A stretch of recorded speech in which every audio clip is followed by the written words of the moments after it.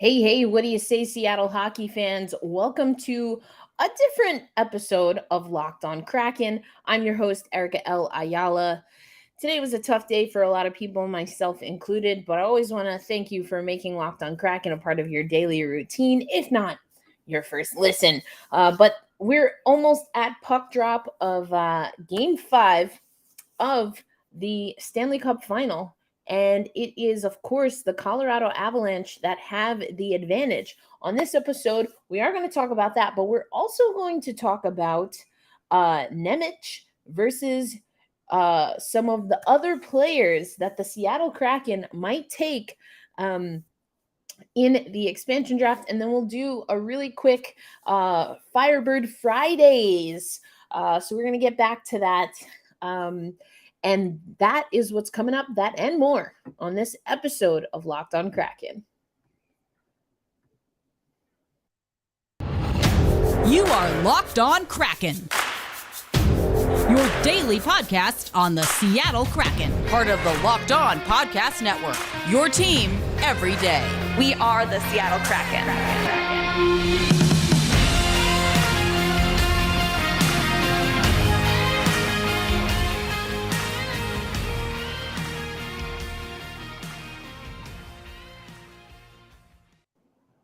Hey, Seattle hockey fans, as I am going live, the teams are on the ice, getting ready for Game 5 of the Stanley Cup final between the Tampa Bay Lightning and the Colorado Avalanche, who are at home. But we're going to do a What's Kraken. We're talking Seattle hockey, of course. And so we're going to talk about what's cracking for Seattle hockey, but also what's cracking just in the National Hockey League, what's cracking in the world. Again, today has been a pretty tough day for a lot of people.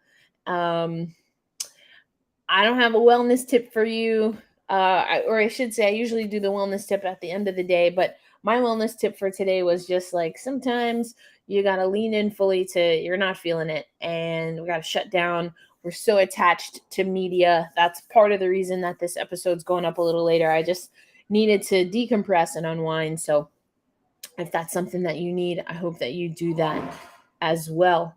But,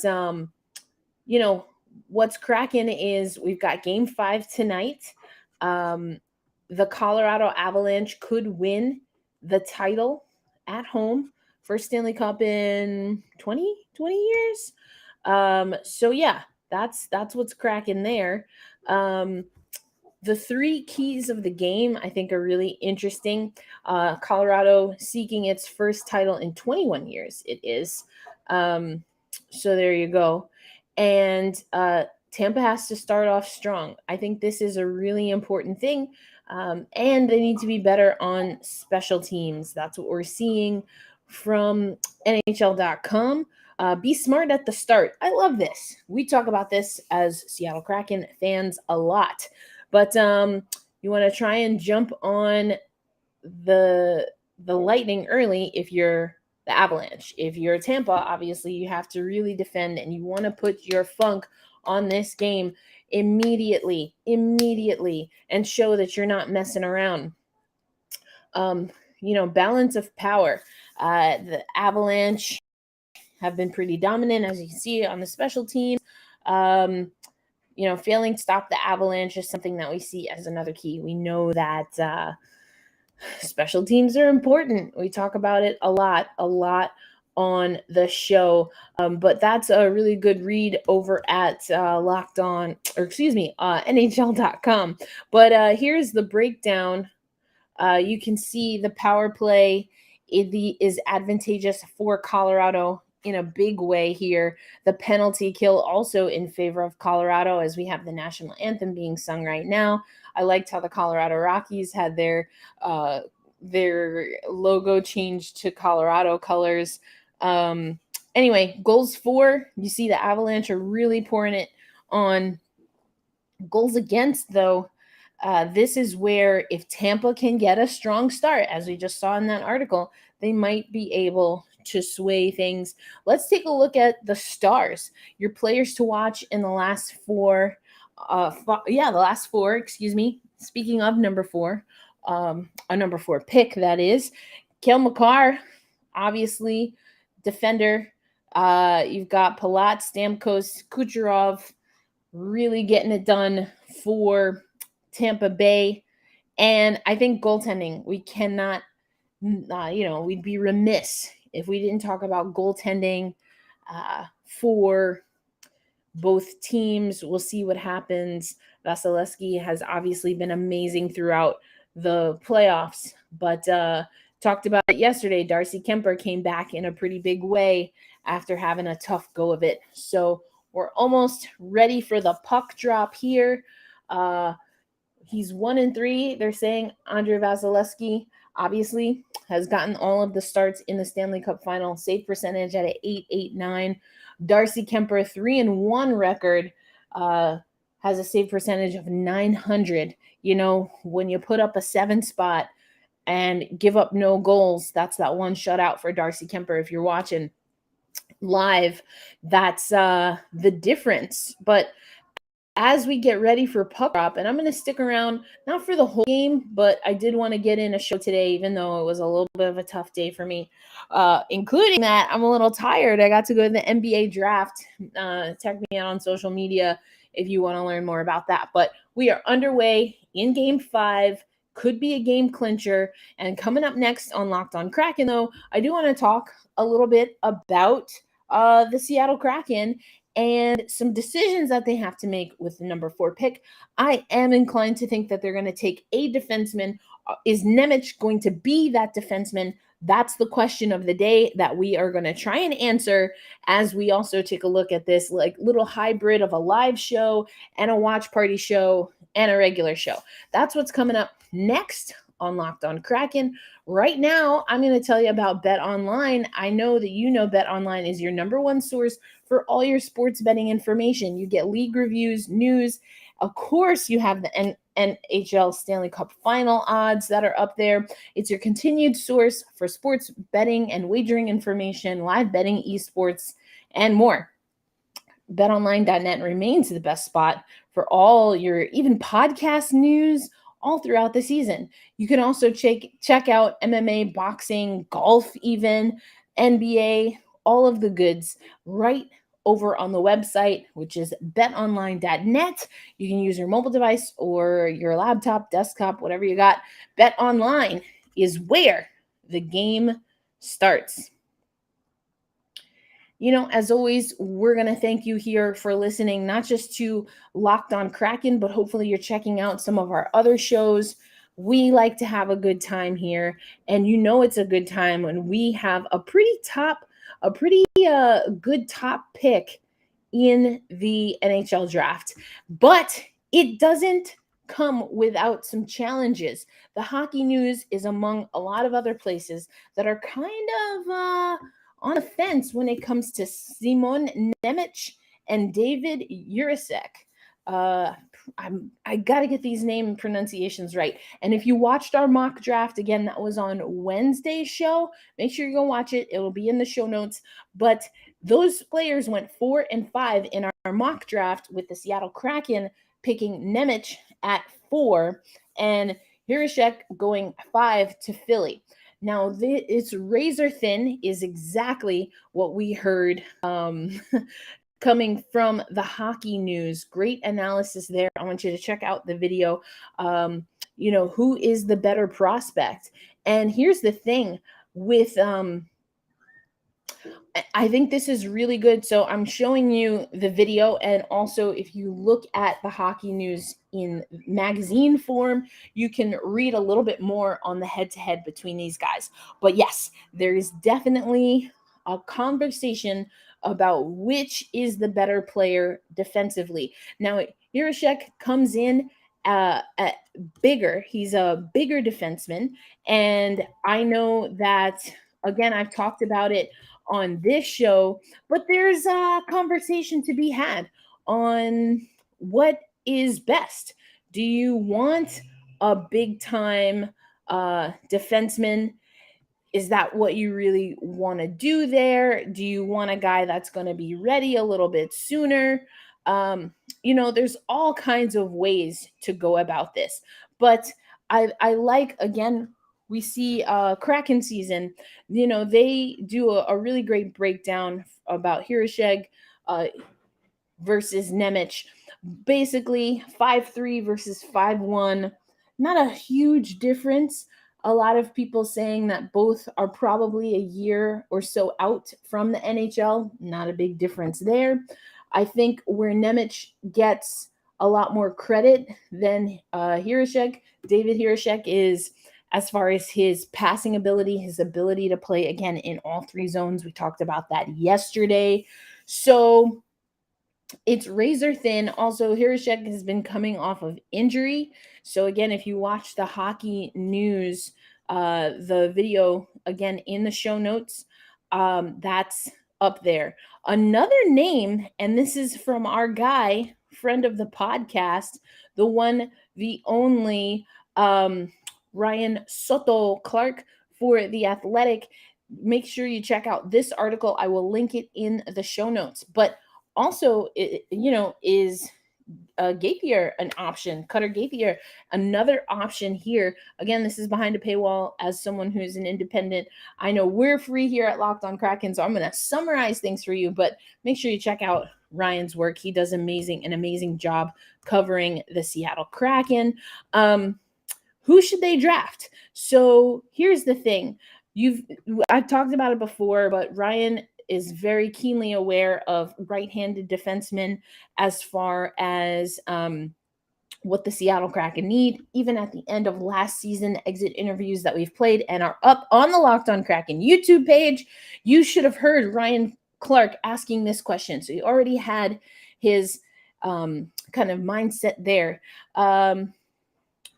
So Gaithier now is an interesting situation because he's a wing, but could transition to center.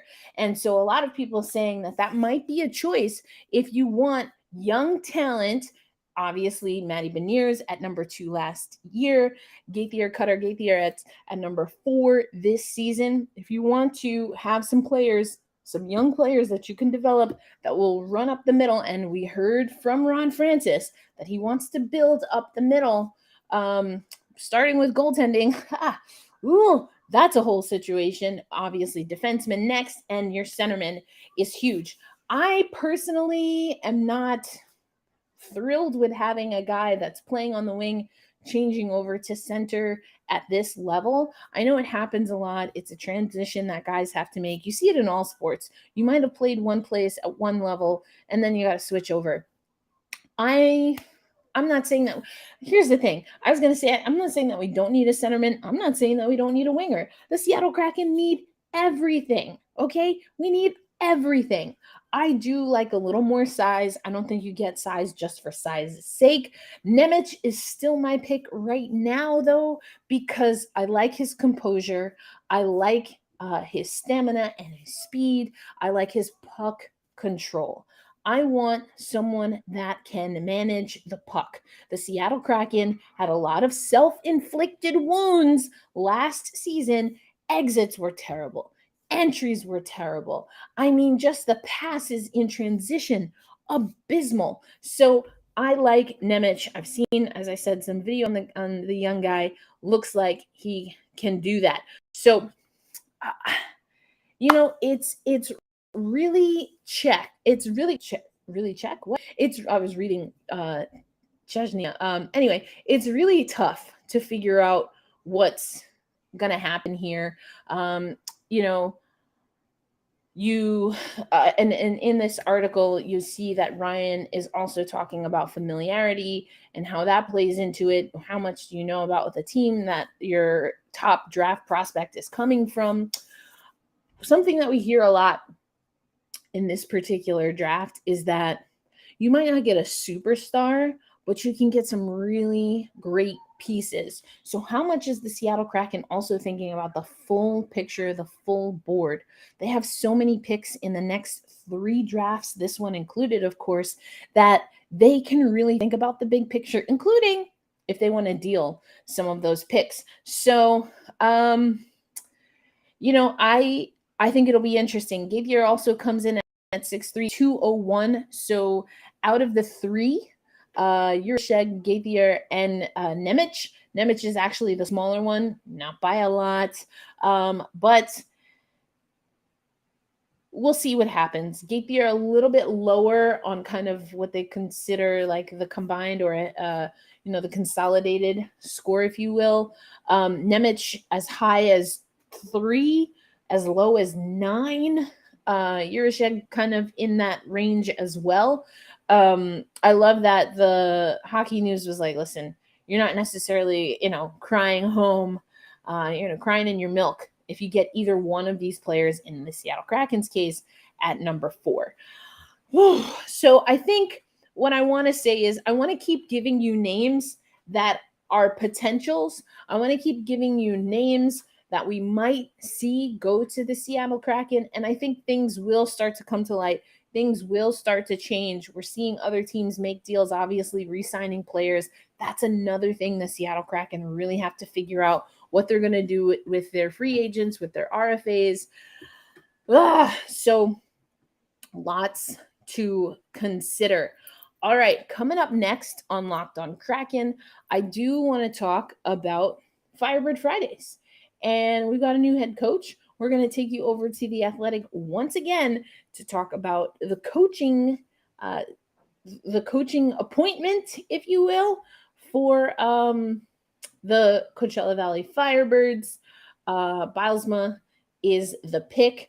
Also want to give a shout out to Kelly Nash, former bench boss at Princeton with the Riveters, played and won an Isabel Cup championship with the Riveters, was named the LIU Long Island University head coach for the women's hockey team. I know that from a conversation that I had with Kelly Nash last season when she was an assistant coach for the Riveters, she was trying to figure out what the next step was. Being in charge of a team is pretty cool. And we know that as Seattle Kraken fans because we've got a new bench boss for our new AHL affiliate. So that's what's coming up next on Locked on Kraken. Let's talk about Bylsma.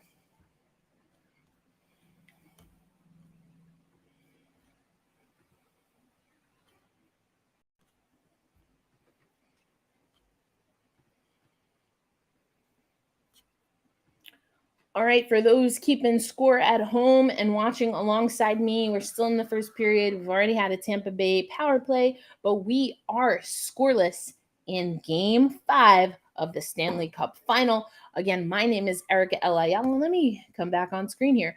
Erica Ayala, your host of Locked on Kraken. I'm excited to talk to you a little bit more about Bylsma. And so now Bylsma has experience in the NHL, was the assistant coach for the Charlotte Checkers, which, of course, we were co-parenting with the Florida Panthers. So, it's interesting. We see so many, it's like called the hockey coaching carousel, and for good reason. We see it happening at the NHL level. But Bylsma, he's bounced around a few times. He's been with Buffalo. He's been with Pittsburgh, where he won a cup. He's been with Detroit. And, he talks about in a piece with Ryan Soto Clark, he talks about knowing that after he left Detroit that he knew his next opportunity was going to probably be in the AHL. And he says when he left Detroit, the AHL was the direction he was leaning in. So, I think what's interesting is from Bylsma's conversation, and that full media availability is up on the Locked on Kraken YouTube page. Shout out to those listening audio only. I love you. We are going hard in the paint on video, so you can check that video out. I did mention, though, that we're doing like the, Brady Bunch style tiles. It wasn't a spotlight or speaker. So it is what it is. You'll have to zoom in if you want to see the different facial expressions. I asked Bylsma, one of my questions that I like to ask is, when a new head coach is coming in, AHL, NHL, WNBA, whatever the case, are they looking to have assistant coaches that are going to help them with, areas that they want to improve on and help with their development, especially for younger coaches? Bylsma's obviously not necessarily in that. Or do you want folks that you can have run defense, whatever the case is, and do it to perfection? So it's something that you don't have to worry about and you can kind of look big picture. The one thing that Biles did say from that question as we continue on with our Firebird Fridays updates by way of let me pull it up for you for those on video. This is another amazing article by Ryan Soto Clark for The Athletic. But when I asked him about that, he made sure to say he thought it was a great question, which always makes me feel good. But he made a point to say he's looking for people that are going to develop the players and take them to the next level. And we see Tampa Bay. I've got 13:02 left in the first period on my clock. Tampa Bay on another power play. So Tampa Bay, as I just pause this story quickly, because we're doing a little bit of a hybrid. I've got a live watch situation going here. But we talked about Tampa Bay having to expose on the power play and get something started. Ooh, nice save there by Kemper. That one went high on him. But, we talked about wanting to be aggressive, getting on top of Colorado early. I have said before, from my experience with Colorado, even calling one of their games when they lost in New Jersey, they can get flustered and frustrated if you get them in the penalty box. And so Tampa Bay already with 2 power play opportunities. They're 0 for 1 so far, and almost halfway through, we're at 145 ticks, minute 45 left on this power play as we're at the face-off dot to the right of Kemper. Big shot goes in there. Kemper makes that stop. Yeah, so Tampa's doing what they got to do, but so is Colorado. I'm very curious to see how this game is going to go. I believe Steve Dankel's doing a little bit of a live watch tonight, so might have to check that out after we finish here. But going back to our Firebird Fridays, I love that Bylsma knows that he's there to develop the next crop of young guys, and that is critically important. Now, that's what Dave Hackstall said. Obviously, that's something that whether these guys are truly committed or even capable of doing that or not, development is so clutch. Why? Because it's an expansion team. People, we're an expansion franchise. We got to play with the big boys now, as they say in, what was that? Prince of Egypt? Playing with the big boys now. Oh, such a good it's a little devilish, right? That song. I'm going to probably listen to that later. But they're playing with the big boys now. So it's critically important that they are focused on development. I get the sense that Bylsma wants to do that. Dave Hackstall has that pedigree as well. Don't think it's worked out too well yet for him. I know a lot of people want Hack in the hot seat. I think he is in the hot seat. Am I willing to necessarily give up on him yet? No. Not quite yet. I think he has an extremely short leash. I've already heard some people saying maybe Bylsma pops in there. That would be a very interesting contingency plan. But we'll see what happens. I do love that Bylsma has experience with the Charlotte Checkers. We heard how much the guys in our system, again, if you want to check out those exit interviews, go head over to Locked On Kraken on YouTube. We've got a whole playlist for you. McCormick, Alexander True, of course, we've got Joey Decord, my guy. We've got just all of them. Check it out. So, Connor Carrick also. I think we heard that team came together and they came together really well. You got to give some stick taps then to the coaching staff, of which Bylsma was a part of it. He's telling me in my question to him that he likes developing guys. The guys in Charlotte had a good time. They had a good time together, even knowing that they were only together for a moment. It's the storming, norming, forming. Do you remember my interview with Allison where we talk about Tuckman's model? Ooh, another great save by Darcy Kemper. Shots on goal, 5 for Colorado, 5 for Tampa Bay at the halfway point of the first period in Game 5 in the Mile High City. I think this is going to be a good one. So I like this. I think that there's something to prove here. Hackstall had that. Bilesma certainly has it.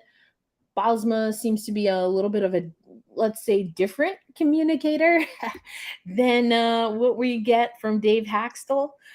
Um, I like this quote. Bilesma says, maybe I was a stubborn-minded guy thinking there was only one way to play. I've matured as a coach and as a hockey guy. There isn't one way. There isn't one right way, excuse me. Maybe I was stubborn about that before, but I'm more of a mindset.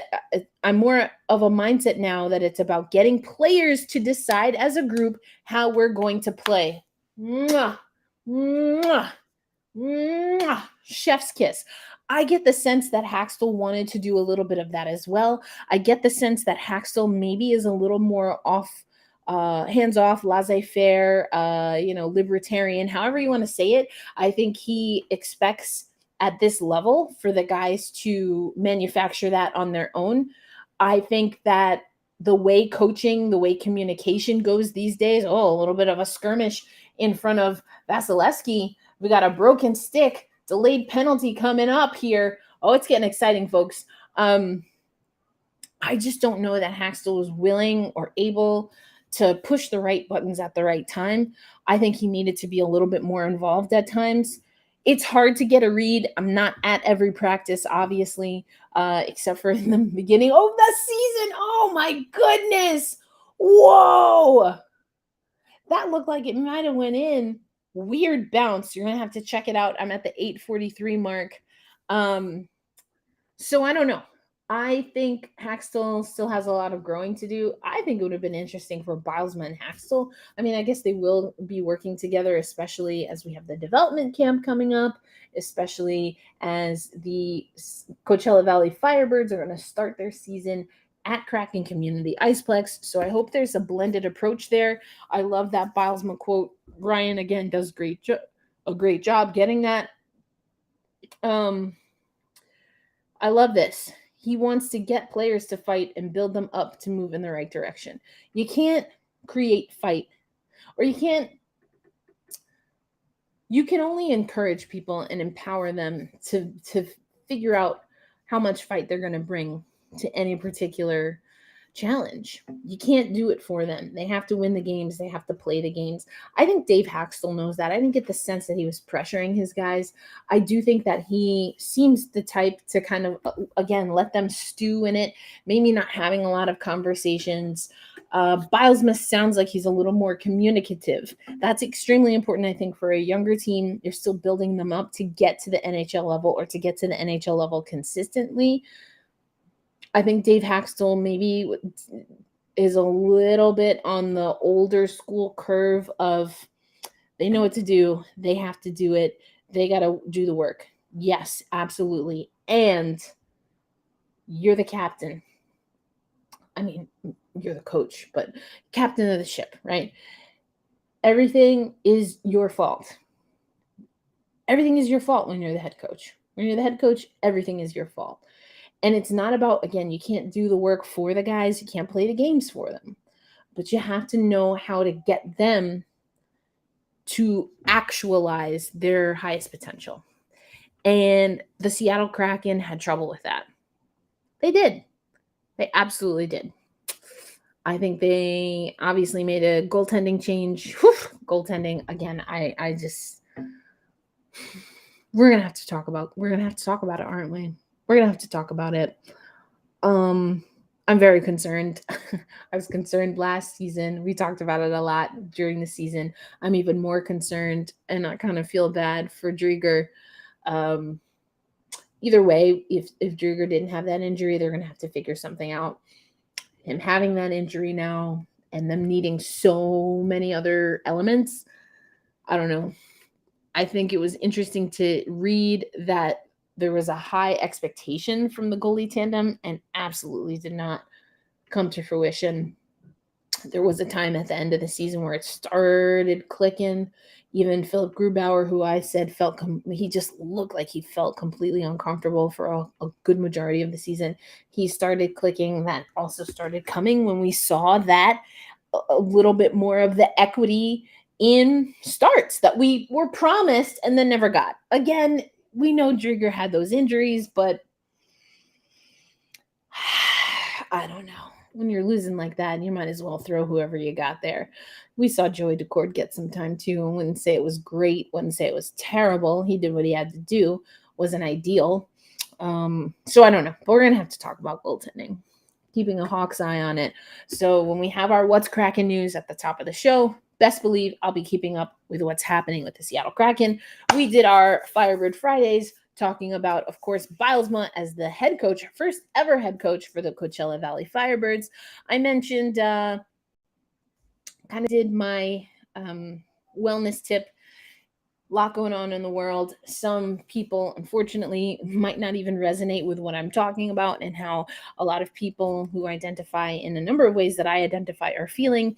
And you know what? That's unfortunate. It's also not my problem. I mean, it is my problem, but like I said, as a coach, everything is your fault. In this case, it's not really a coaching situation, but I can't make people care about reproductive rights for women. I can't do that unless I run for office, I guess, in which case then absolutely I can do that. But I don't know. Tough go. That's why we're doing this little hybrid show, kind of a live watch party, kind of a regular show, a little bit different later in the day. But hold fast and stay true until next week. Will we have a Stanley Cup champion at the end of tonight, or will we have to go through to game 6, potentially even game 7? Let's play the games, figure out what's happening. 6:41 mark in the first period, scoreless. Hold fast, stay true, be kind to yourself, and always be kind to others. You don't know what people are going through.